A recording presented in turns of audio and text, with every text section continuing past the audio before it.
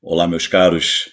Esse bloco vai ser um pouco mais curto do que vocês estão habituados, mas é porque ele tem um propósito específico, que é atualizar a matéria para vocês, porque o Supremo Tribunal Federal, analisando duas ADIs, uma delas até oriunda aqui do estado do Rio de Janeiro, então analisando duas ADIs, o Supremo fez uma interpretação que acabou reconhecendo a inconstitucionalidade de duas regras processuais de competência que estão previstas no Código de Processo Civil.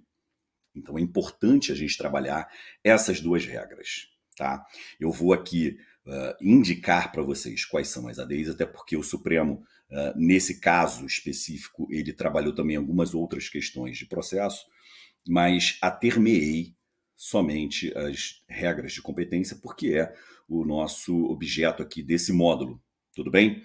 Então vamos lá. Abram, por favor, primeiro no artigo 46, parágrafo 5º do CPC, e me permitam aqui ler só para vocês entenderem qual foi a ideia do Supremo. O artigo 46, parágrafo 5º do Código de Processo Civil, versa sobre a competência para fins de execução fiscal e diz assim: a execução fiscal será proposta no foro de domicílio do réu, no de sua residência ou no do lugar onde for encontrado. O Supremo Tribunal Federal entendeu que é inconstitucional permitir que as fazendas públicas estaduais e do Distrito Federal sejam demandadas perante qualquer comarca do país. Porque, pela redação desse artigo, parece que isso é possível. Parece não. Essa seria a interpretação decorrente da redação do artigo 46, parágrafo 5º, né?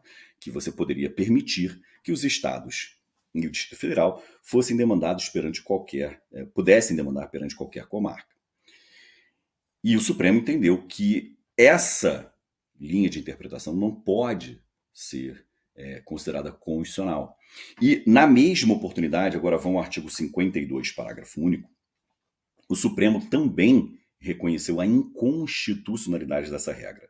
Diz assim o artigo 52, caput, depois eu vou ler o parágrafo único.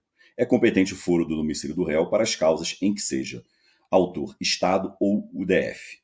Parágrafo único, que é o que nos interessa. Se Estado ou DF for o demandado, a ação poderá ser proposta no foro de domicílio do autor, no de ocorrência do ato ou fato que originou a demanda, da situação da coisa ou na capital do respectivo ente federado. Então percebam novamente que, pela redação do artigo 52, parágrafo único, a ação poderia ser proposta em qualquer comarca do país. Entendeu a ideia? E aí o que o Supremo fez? O Supremo disse o seguinte: estender a possibilidade de mover ações contra a União de qualquer parte do país, que está previsto na Constituição. Então, estender essa possibilidade aos estados e ao Distrito Federal desconsidera a prerrogativa também constitucional de auto-organização dos entes subnacionais. Ademais, ignora também, desconsidera, por certo, a circunstância de que sua atuação se desenvolve dentro dos seus limites territoriais. Então, são duas questões que o legislador infraconstitucional desconsiderou para criar essas regras. Qual a primeira questão que o legislador infraconstitucional desconsiderou? A prerrogativa constitucional de auto-organização desses entes. Segundo aspecto que foi desconsiderado pelo legislador infraconstitucional: a atuação de tais entes se desenvolve dentro dos seus limites territoriais. Então, portanto, é inconstitucional essa regra que vai permitir que tais entes sejam demandados perante qualquer comarca do país.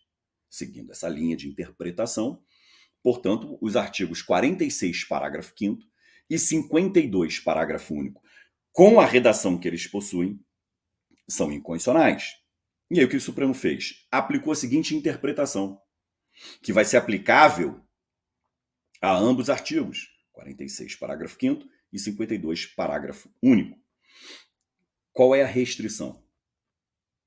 O Supremo entendeu que deve ser restrita a aplicação dessas regras de competência aos limites do território de cada ente subnacional ou ao local de ocorrência do fato gerador. Entendeu a ideia? Então, no 46, parágrafo 5º, como que a gente vai restringir? Você vai restringir a regra do 46, parágrafo 5º, para ser aplicada essa regra aos limites do território de cada ente subnacional ou ao local de ocorrência do fato gerador. Fechou? Agora, no 52, parágrafo único, que tem a mesma interpretação subjacente, o Supremo entendeu por restringir a competência do foro de domicílio do autor às comarcas dos limites territoriais do ente demandado judicialmente. Repito, restringir a competência do foro de domicílio do autor às comarcas dos limites territoriais do ente demandado judicialmente. Isso o Supremo decidiu no bojo das ADIs 5737, 5737 e 5492. E 5492. Tranquilo, meus queridos? Então atualizem aí as suas aulas e os seus materiais.